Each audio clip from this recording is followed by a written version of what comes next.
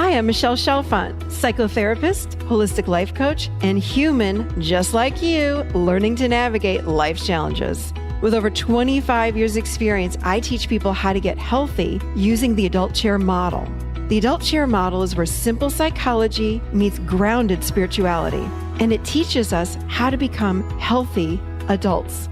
From anxiety and depression to codependency and relationship issues, you can use the adult chair for just about anything.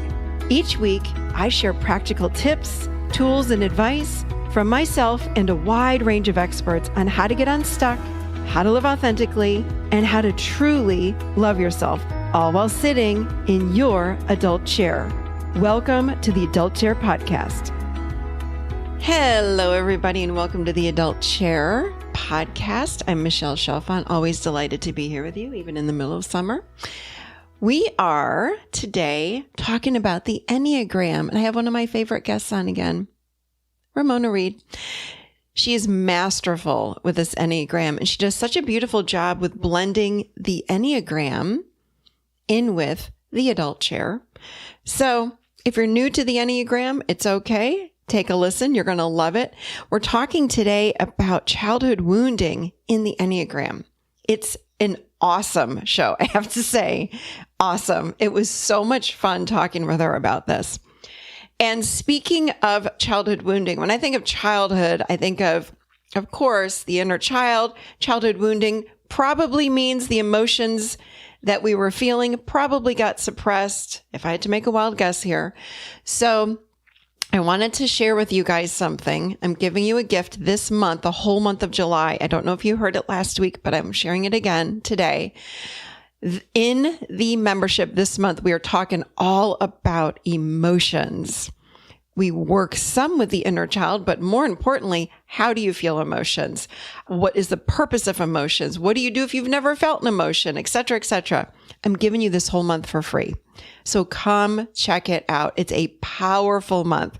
Even though it's toward the end of the month, everything has already been recorded, so you can just go in and listen to it at your leisure. You get it for free. Why not? It's theadultchair.com/membership. And the promo code is free member. And that's one word, no space, all in caps, free member. The other thing I wanted to share with you, because we're talking about childhood again, is the inner child free resource that I have. And that's at theadultchair.com/inner child. I'll have all of this in the show notes, but I just wanted to share that with you. In the inner child free resource, that's always on my website. You can go there and get it. And it's got 2 beautiful meditations to help you bond and connect with your inner child, as well as some journaling prompts. So check those 2 things out to help you get better in touch with, again, that inner child and, of course, your emotions. Moving right over to Ramona Reid, who, by the way, I've had her on 3 times, but I'm just going to say it again. She is the founder of my Nashville Center, which is here in Nashville, Tennessee. And she's also a Reiki practitioner, a massage therapist, as well as I've said before, an Enneagram extraordinaire. She just knows the Enneagram so well. She's an Enneagram coach, and our conversation today is incredible. You're going to love this conversation. Ramona, what I love about how she does her coaching is she not only is a master of this Enneagram, she also loves the adult chair, and she blends them both together so beautifully. So in our conversation today, what she did was we talked about childhood wounding with each Enneagram type. Okay, so each Enneagram type has a unique childhood wounding that goes with it. And she talks about that. And then because of that wounding, we show up in the world from the adolescent chair with a certain mask on. And she talks about the masks that we may choose based on the childhood wounding.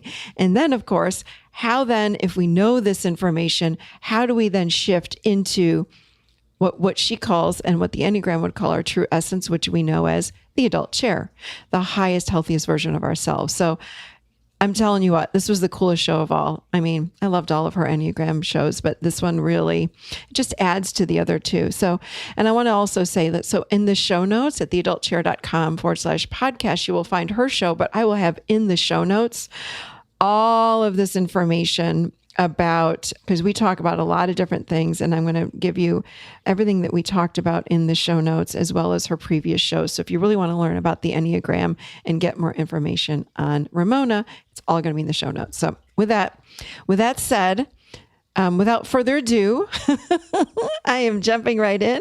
And here we go with this beautiful conversation between Ramona and I on childhood wounding from the Enneagram perspective. All right, enjoy, everybody. So welcome back to the show, Ramona Reid, one of my favorite people and masters of the Enneagram. Oh gosh, that's a big saying. Yeah, I'm so happy to be back. I love being on your show and talking with you about this stuff. Well, we love having you, as always. Yeah, we're going to jump right in. So I'm sure there are people that are listening today that have never heard of the Enneagram, but today's show is a special show. Yeah. Tell us what you're going to enlighten us with today. Absolutely. I've been doing a lot of work personally with the Enneagram and the adult chair, as well as in my coaching practice. But really, it's hit home recently through some personal exploration of my own patterns. And if you're not yet familiar with the Enneagram, you could explore it through testing, but the best way to really explore it is through learning about the types. Mm-hmm. There's 9 different personality types. We're dominant in one of them, and there's lots to it, and there's other episodes you can reference. But I think, just learning about the energy of each type is a really good way to find your home base. For me, it was a process. For 6 years, I thought I was one type, and then I found out actually through some excavation and through some therapy and through some work to really determine my motivations behind my behavior, not just looking at behavior, but the actual drive behind it. I was able to land on that I'm dominant in type 1. And the model of the adult chair has been so helpful for me because I then was able to take the information from the Enneagram and apply it toward wounding that I received when I was young. And when I'm going to be addressing childhood wounds, which is what this show is sort of about, is the idea of how we show up differently in our adolescent and our child and in our healthy adult based on the different Enneagram types. So if you're a type 1, you're going to look totally different in your behavior than if you're a type 4. And I think, it's important to flesh out the Enneagram in this way to figure out that that's your adolescent chair when you're acting out. And that your core emotions, the feelings that you have, is your inner child. And when you're able to be present, when you're able to breathe and actually be aware and awake, then that's your adult. And so I've been using these different models together, and I'm really grateful to have a place to go with the knowledge of the Enneagram and something to do. Talk to my inner child then and find out, here this wound occurred. I know it, that I'm acting out of my adolescent because of these specific markers that we'll talk about today. Mm-hmm. And how do I then get back to presence? And how do I heal? So I just love that the two systems work so well together and complement each other really well. They really do. Thank you. I love that. Yeah. So, you ready? I think we should just jump right in because we were talking prior to the show, and it's so cool. Yeah. I love the Enneagram. And it's a study. Like you said, I really want people to become aware of it. It's certainly a study. You thought you were one number for so long, and benefited from thinking that. Sure. Too. I mean, I learned a lot about myself through the lens of thinking I was a 2, and then realizing that I wasn't. That was just more of the process. And if you know anything about the type 1 that I am dominant in, that can be a difficult thing when you realize you did it wrong. I was going to say you got it wrong, but I just found a lot of humor in that because I had done the work to not be so attached to the passion or to the fixation of the type. Yeah. And we'll talk about that a bit. But I want to just jump in. I want to talk about, first of all, if you don't know about the Enneagram, we are dominant in one of these 9 types. And if you want maybe more information, you can find that out. But basically, the best way, I think, to separate the energies of the types is to say that there's 3 different centers. There's the body center, the 8s, 9s, and 1s, and those are the instinctual or gut triad that have a relationship with wanting autonomy and expressing that need totally differently, and then also having a core emotion of anger that they go to. That's their go-to emotion. And with the 9s, it can be that they don't even know they have any anger, but it's still the emotion that sort of drives them. With the 2s, 3s, and 4s, the heart center, the feeling center, they are seeking mirroring and attention and love. And they do this and get this need met in 3 totally different ways, right? But their core emotion is shame. Not saying that the heart types can't feel anger, because often they do, and not saying that the body types can't feel shame, but that's their kind of core go-to emotion. And then the other types, the 5s, 6s, and 7s in the thinking center or the mind center, have a relationship with wanting security and feeling a lot of fear in their kind of base level emotion. Now, we all know that especially after listening to some of your shows, that fear is kind of the underlying emotion behind anything that's not love. It's either love or fear. So anger and shame, there's going to be fear underneath that. But the mind center really has a very in-touch, visceral experience of fear. So that's like kind of the basic way to separate the types. They all have different names, but the names of the types can be pretty reductive.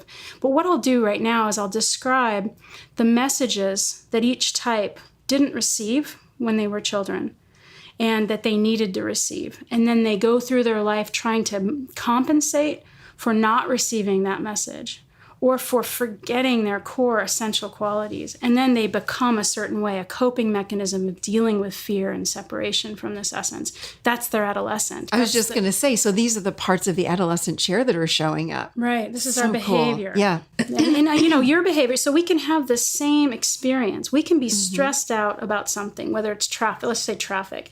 You're going to act out in a different way than I'm going to act out with that same stressor. And so what this does, this system lets us see that our adolescent chairs can look totally different. Right. And so it gives us a better, I think, understanding of the adult chair model, because we're going to totally show up differently. Yeah, so cool. Right.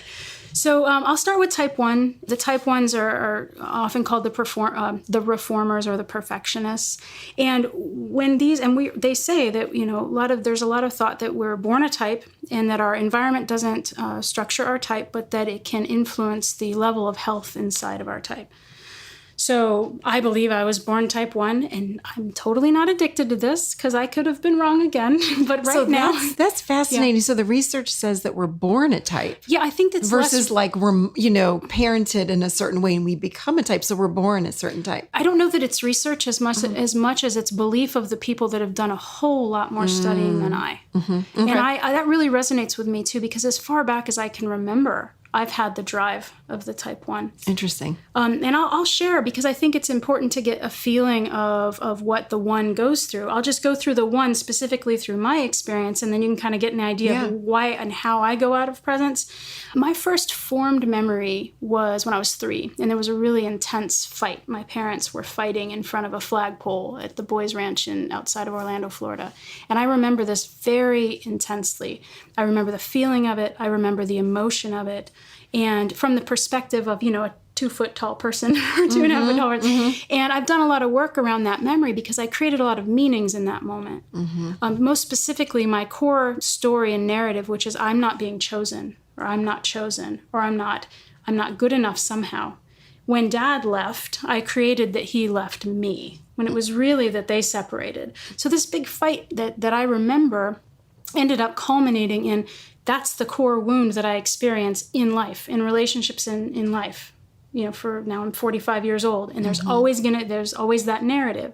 I don't know that I'll ever not have that narrative, but I have tools now that I understand that the narrative's going to show up, and I don't have to make it mean anything. So when I was 3, I thought that maybe I had done something wrong, and so the lost childhood message for me that I didn't receive in that moment was, you are good, just inherently. You don't have to do anything. You don't have to be good. You just are good. And so what I then do, or have tended to do when I'm out of presence, when I'm feeling triggered, when my adolescent rears its ugly little head. And when you say out of presence, I would say that's when you're just not in your adult chair, correct? Yes. Okay. When I feel reactive, when I feel triggered. And for me, the point isn't I'm never going to be triggered again. I think it's to understand that triggers are human and that they're mine. They're not your fault. It's my situation that I'm probably always going to encounter, and I just want to learn how to encounter it with more accountability and integrity and love for myself and love for my inner child. So when my little inner child, gets triggered, I've told the story that it's not okay for me to make mistakes. So this is the 1, the reformer, the perfectionist. I have a story from when I was little. I'm not okay. I'm not good. And so it's not okay to make mistakes. I need to be good. So is that a message though for all ones? Absolutely. You're saying? So all ones have this inner core belief, like I'm not okay. I cannot make a mistake. I'm not good. I'm not good. Right. Okay, got it. And so how that shows up is a feeling of personal obligation then to fix everything. Like everything's got to be just so.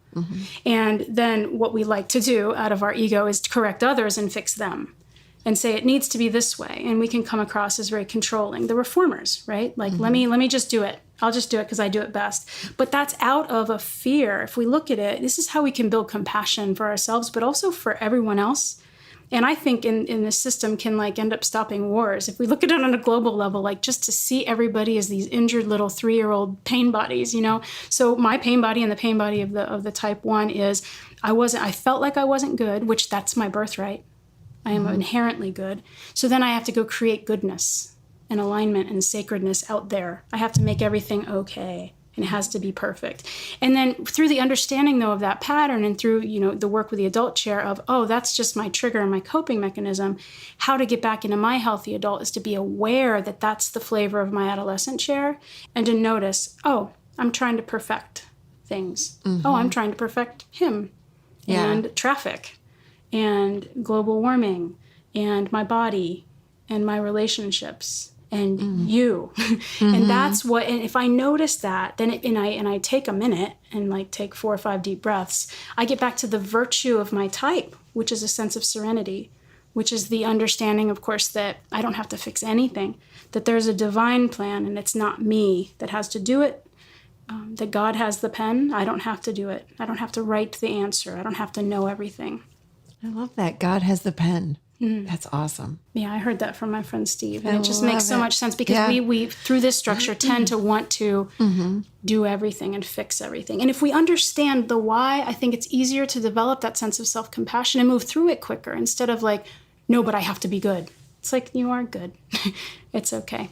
So the rest of the types, I'll go through and I'll talk about, the lost childhood message of each of the types and how they show up in an unhealthy sort of adolescent way, and then what it looks like when they are present. Perfect. So for the type 2, the helpers, the lost childhood message was that you are wanted. And so how they show up is I can't have my own needs. It's not okay to have my own needs. So I'm going to meet the needs of everyone else at the expense of myself. But what's underneath that is you better meet mine since I'm meeting yours.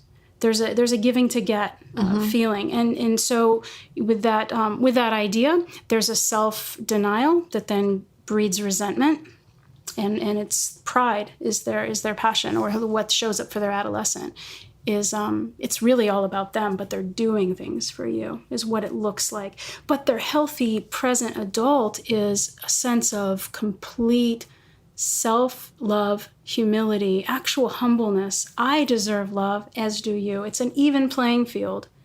It's the sense of like being able to be completely self-reliant for love, for attention, for worth, and then also being able to give all of this love to everyone else. It's attunement to other people's needs, not at the expense of your own. So the type 3, the message that they needed to receive was you are loved for yourself. The 3s, the achievers, feel like they have to do something or look a certain way or present something with this like successful persona in front of them for them to feel even worthy of love. A little bit different from the 1, right? The 1s is you're good. The 3s is you have to do something to be worthy. You have to show up a certain way. And so what that looks like, what that can look like is driving themselves to have higher status or attention on themselves. It can be a sense of vanity, deceit. It can look like, or self-deceit even. Presenting a false front. Yeah.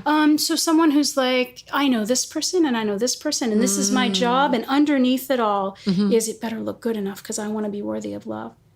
But the healthy adult understands that authenticity, showing up warts and all, like this is just who I am, is actually what gives them their sense of value and glory and radiance. A 3 enters the room with just amazing energy and power. But when they're trying to be that it ends up falling flat. Oprah Winfrey, they say, is a 3, type 3. I was just going to ask you, like, who do we know that might be a 3? Effortless achievement just shows up. Yeah. But with the humbleness of understanding her own worth. Maybe not so much when she was younger, right? Maybe driven to do because she wanted to make sure that she was worthy of attention and praise and love. Interesting.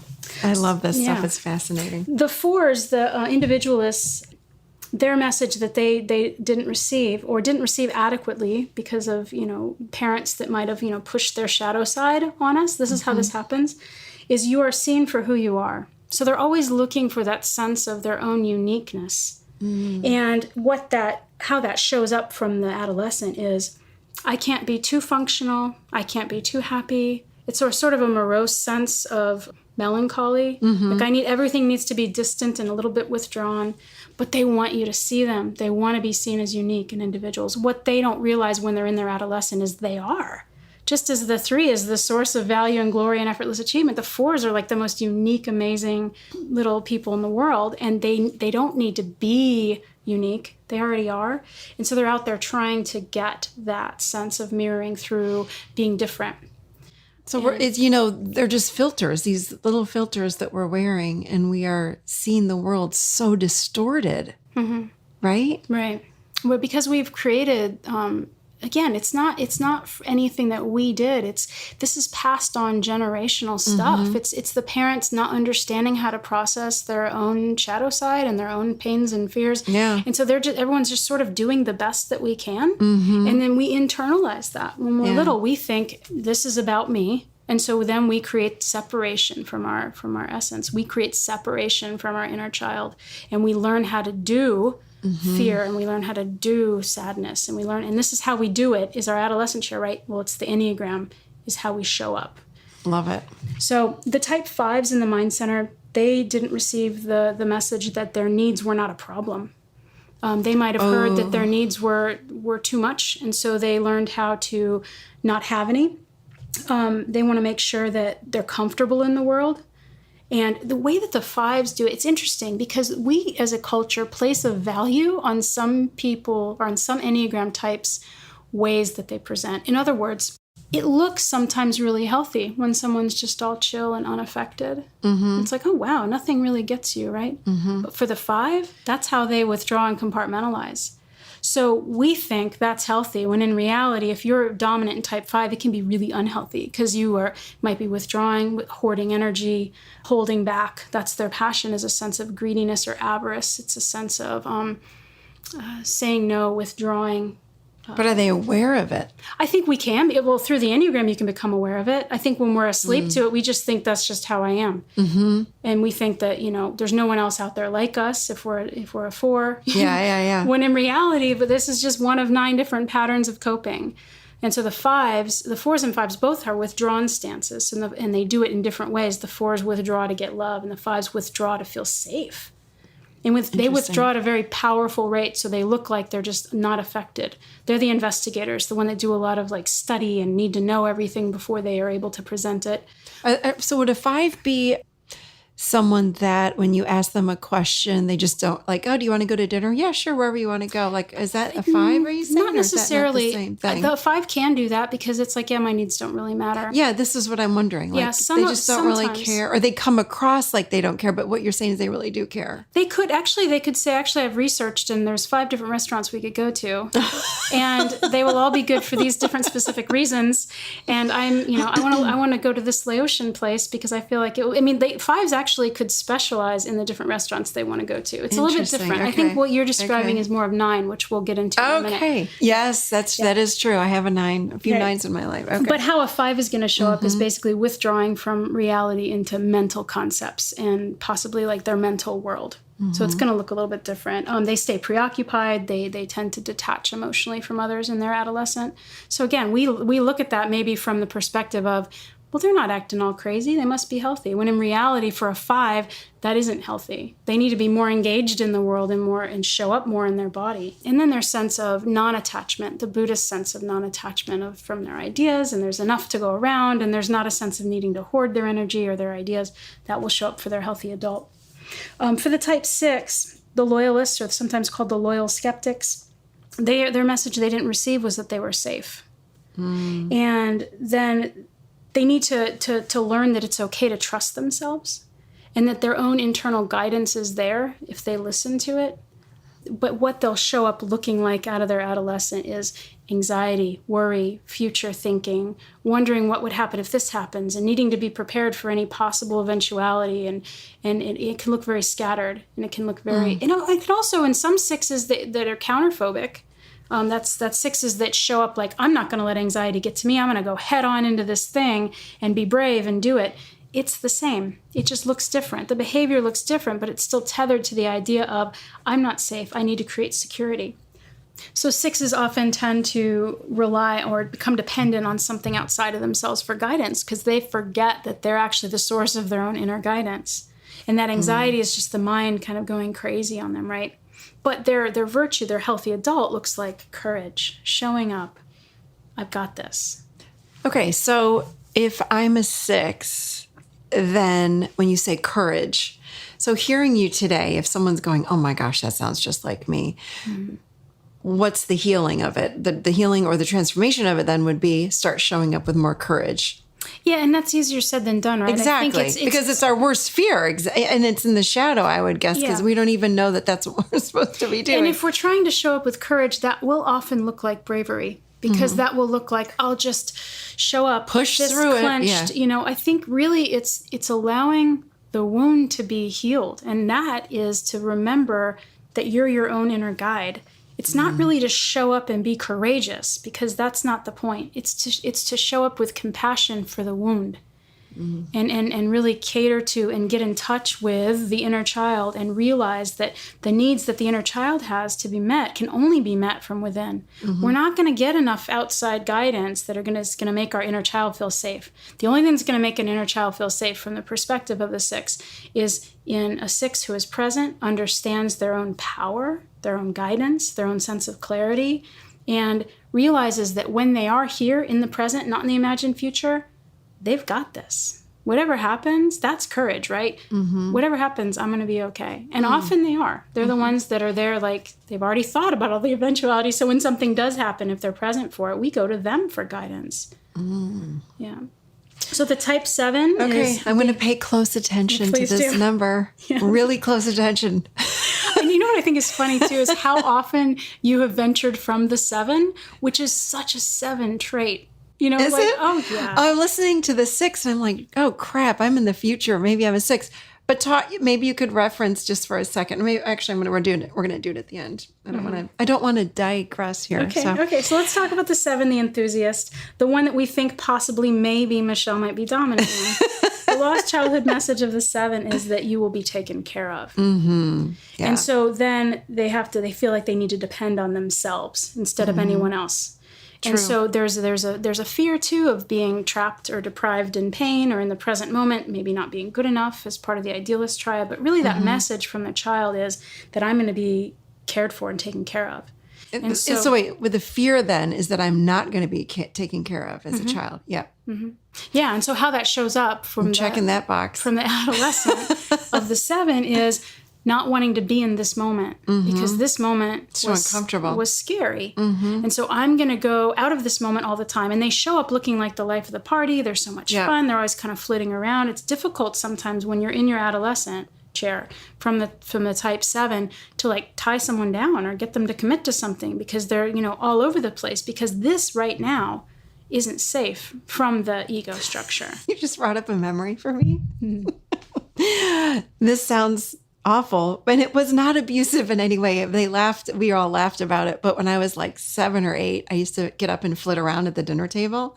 And my mom took my jump rope and tied me to the dining room chair. And she said, could you just sit for 15 minutes through dinner? So it was hard to tie us down. Yeah. It was not abusive. So please don't take offense to that, anybody. Yeah. They were all laughing like, could you just sit? Because I get up and, jump up and down, up and down. How old were you? Like 7. I mean, because I have a 10-year-old and she does that too. Yeah. I don't think she's. But my mom, they get so mad. They're like, just sit down. But here's the thing, though, Michelle. You do that now. I do. So it's not really about being 7 because you do that now.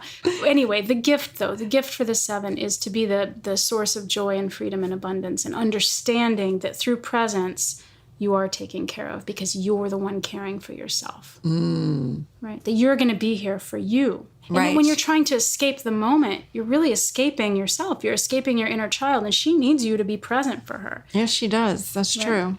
So the type 8 is sometimes called the protector. I like that better than the challenger. Then their message. I don't know. I know a lot of 8s that might be challengers. Well, I think that they show up from their adolescent chair more as challengers. But if Okay, you think about what are yeah. they challenging? Yep. Because I really don't like, I get where you're coming from, but I don't like the bad rap certain types get. Because Yeah. 8s show up from the same pain body, the same 3-year-old as mine. Yeah, With that's the fight true. around the flagpole. The That's same true. one as you that got tied to the bench. No, don't say this. But I mean, right? So the Yeah. 8s felt That wasn't a completely bad thing. powerless. Yeah. They felt like they were going to be betrayed. They didn't get the message that you will not be betrayed. They lost touch with at some point from their own sense of internal like power and vitality and chi, life force, right? So then they go out into the world and they're like, I can't be vulnerable. I can't trust anyone. I need to challenge things. But the other side of that coin is such a beautiful protective quality that 8s have, where they are complete champions of the underdog. They're the ones that will show up and like very passionately stand up for a true underdog, not a wimp, but a true underdog. And so I think that, the 8 adolescent, here's another way that we see it more because it's a more assertive stance. We see the 3s maybe, we see the 8s, and we have a bit of a problem with it because it invades our energetic space more than the 5s adolescent. That doesn't mean that either one is better or worse. It just means that the 8s go outward toward us when they're in their adolescent at the same rate that the 5s go inward away from us. Neither one is better or worse, just one of them tends to affect us more. And so we rate that as like, oh, that's too much, right? And that's actually a fear of the 8s, is that they'll be thought of as too much. And so to get in touch and be more present as an adult from their adult chair is to recognize and really practice their own vulnerability.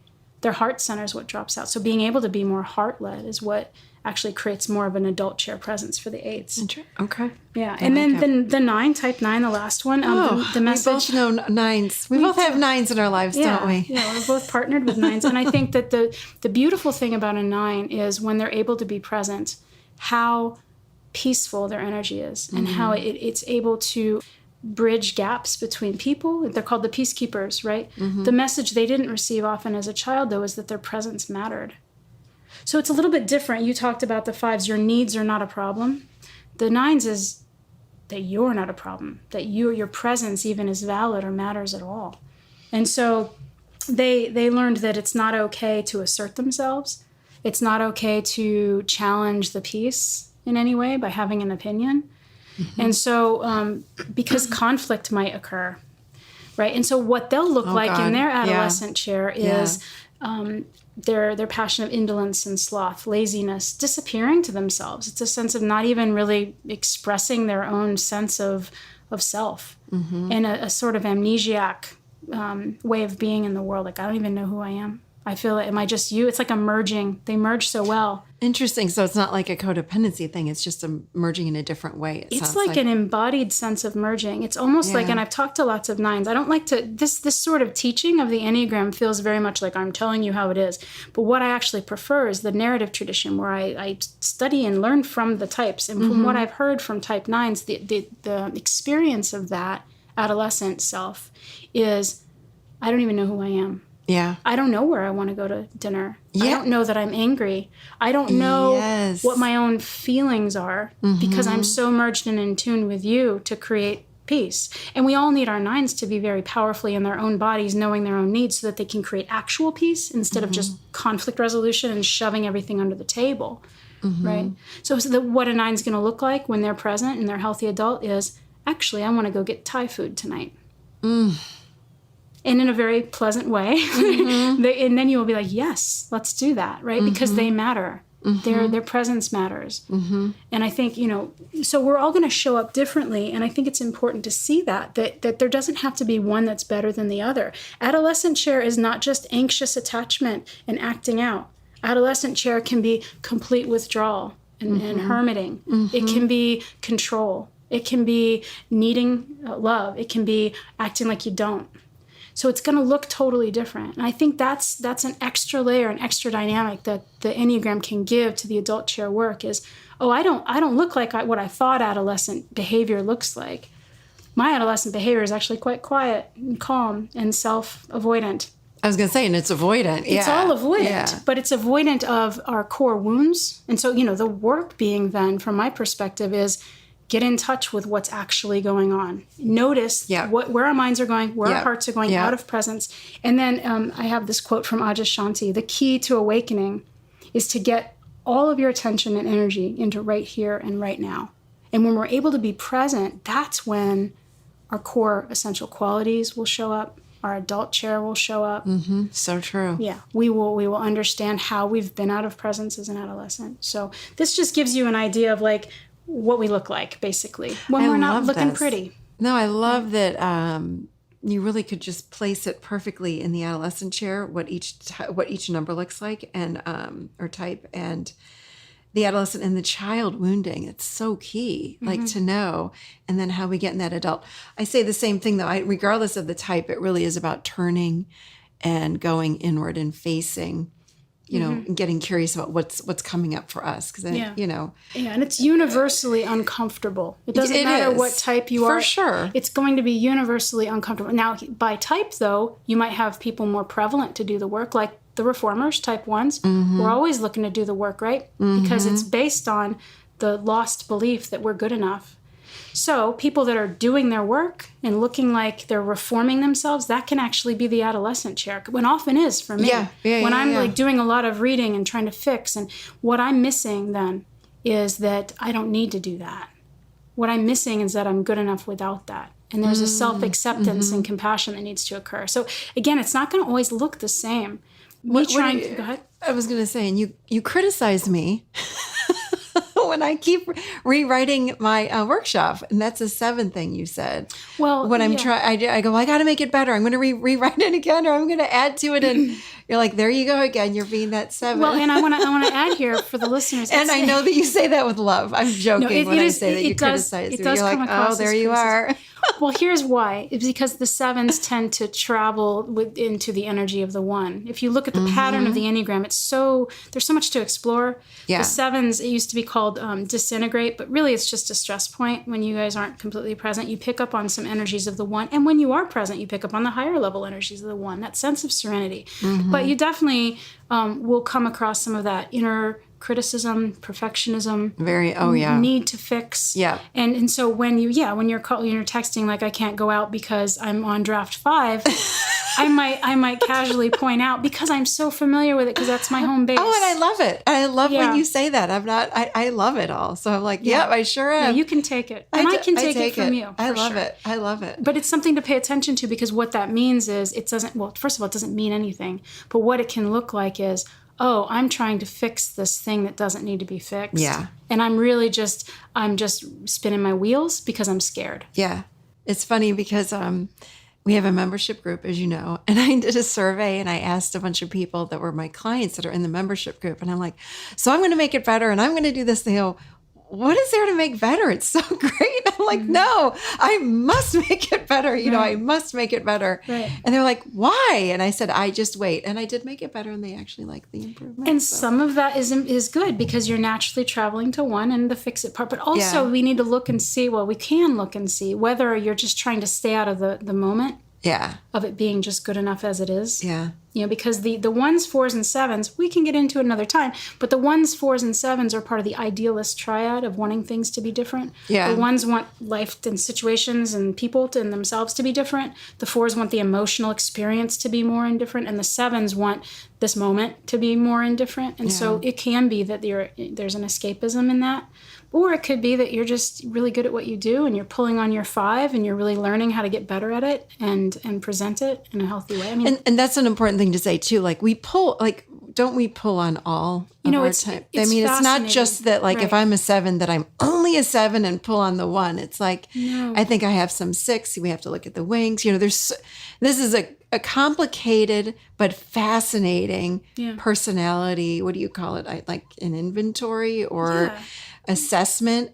it's something to study. So what we did today was really give everyone highlights and how we can plug it in to the adult chair. And it just fascinates me. That's why I love having you on. Because, I mean, there are study groups. I mean, you can sit and study this for years, as you said. Oh, and yeah, it's like, and I plan to. I think yeah, me too. I love it. After, I think it's been 7 years, 8 years now, and I'm just at 1 to 2% of knowledge probably on what there is, but I have this voracious appetite for it because first of all, it's helped me so much. Yeah. It's like I talked about with the 3-year-old me, I'm able to understand now why I show up sometimes when I'm not in presence as this kind of inner critical and other critical perfectionist reformer. It's it's because I need to make myself feel good enough. I need to just be with myself. That's exactly why I wanted you on today, because I'm hoping it really helped everybody get a sense of maybe what their childhood wounding could be and help them to figure out maybe what type they are and then how they can really transform that and get more into their adult chair. So I want to discuss one thing. I want to talk about childhood wounding real quick, that it's not, and I got this from Chris Hewert's, the author of The Sacred Enneagram, that people look and they say, yeah, but I didn't get a wound. I wasn't abused. I didn't experience capital T trauma. I didn't have a childhood wound.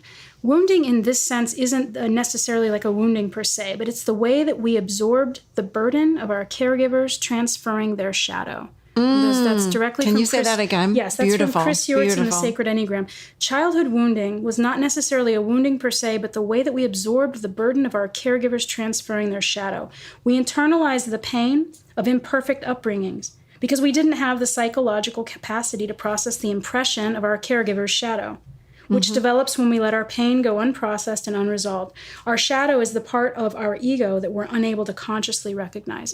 So the wounding that occurred isn't necessarily a wound. This happened January of 1977, right? Yeah. It was more of a distraction or a separation from our own sense of essence, our own core qualities, and then trying to recreate the illusion of the loss of them in the world outside of ourselves. Yeah. When in reality, if we just take a few deep breaths and we come back to presence and realize that we are, it's just a pattern. That's it. It doesn't have to mean anything. We come back home. Yeah. And we're able to get really in touch with that inner child and find that sense of love and compassion and home. Yeah. So. I love that. We do. I mean, I really believe that as children, we're sponges and we inherit everything that's around us. Again, I like this, whether it was a true wound, big T, little t, it's not that. No.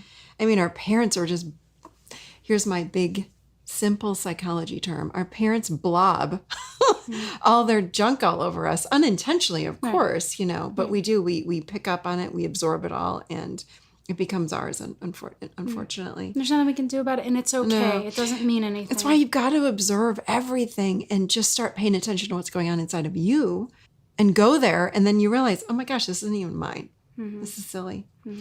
So that's beautiful. I like that. Any final points today? Gosh, I don't know. I think anytime that I talk about the Enneagram, I realize now that it's through the perspective of my type. So when I say, well, this is how it should be used, I'm careful for that. But I think that what I will end on is to say that one way that it could be used, it's a gentler way of the type 1 telling you what to do. Yeah. One way that it could be used is really to wake up out of these unconscious patterns.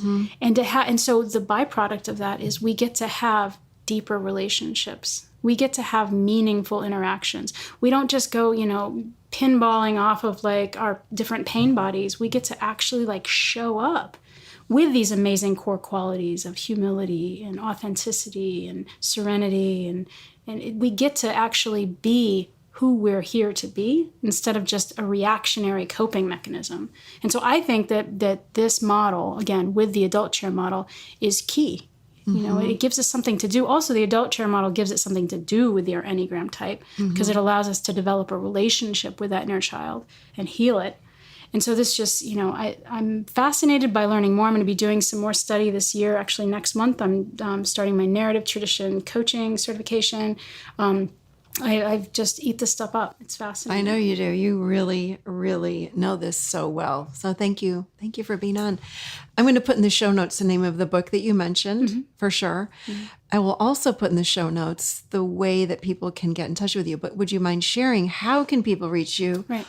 I know that you offer amazing sessions in person or long distance and international. So could you share a little bit about if you have anything coming up, or I don't know what you have coming up. So go ahead and share that. Sure. And through the podcast I've done, some of which have been on your show. So thank you. I have been able to reach out to people in lots of different countries. And that's so much fun for me to be able to have a reach, not just Nashville, but to be able to meet with people in England and Africa and all the different states. So yes, thank you. A couple of different ways to get in touch with me is through my website, which is www.mynashvillecenter.com. And you can book a Skype session on that, or if you're in Nashville, an in-person session.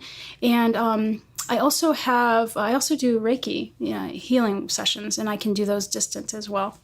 And I have a radio show, and it's called Holistic Revolution in Nashville, and it's archived on that website, mynashvillecenter.com. And I think we're up to 123 episodes at this point of all different types of holistic healthcare practitioners that I've interviewed. You've been on my show 3 or 4 times. I'd like to talk about the Enneagram frequently. So at this point, I have types 8, 9, 1, 2, 3, 4, and 5 that I've done panel shows for. So in other words, I've had the types on to talk about their own perspective of being a type 5 or being a type 4. Wow. Fascinating stories, and I'm just kind of there to facilitate, and I learn a lot out of it. So I've got that as a resource. If you want to go through the archives, you can find the basic Enneagram shows I've done. With Susan Ruth, I did one. I also have done one with Audra Maxwell. And then I did all of these different panel shows with the different types. So you can go in and learn about the types from the types themselves. Awesome. Yeah. Thank you.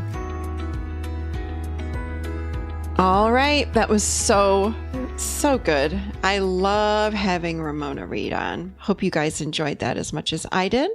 Just want to remind you again, only for the month of July, I'm letting you, if you've never checked out the membership, come check it out. I'm giving it to you, gifting it for free this whole month. It's a powerful month, and I really want you to experience the power of emotions. And that's what we're doing this whole month. And that's at theadultchair.com/membership, promo code free member. And again, the inner child resource is theadultchair.com/inner child. That's all I've got for you today.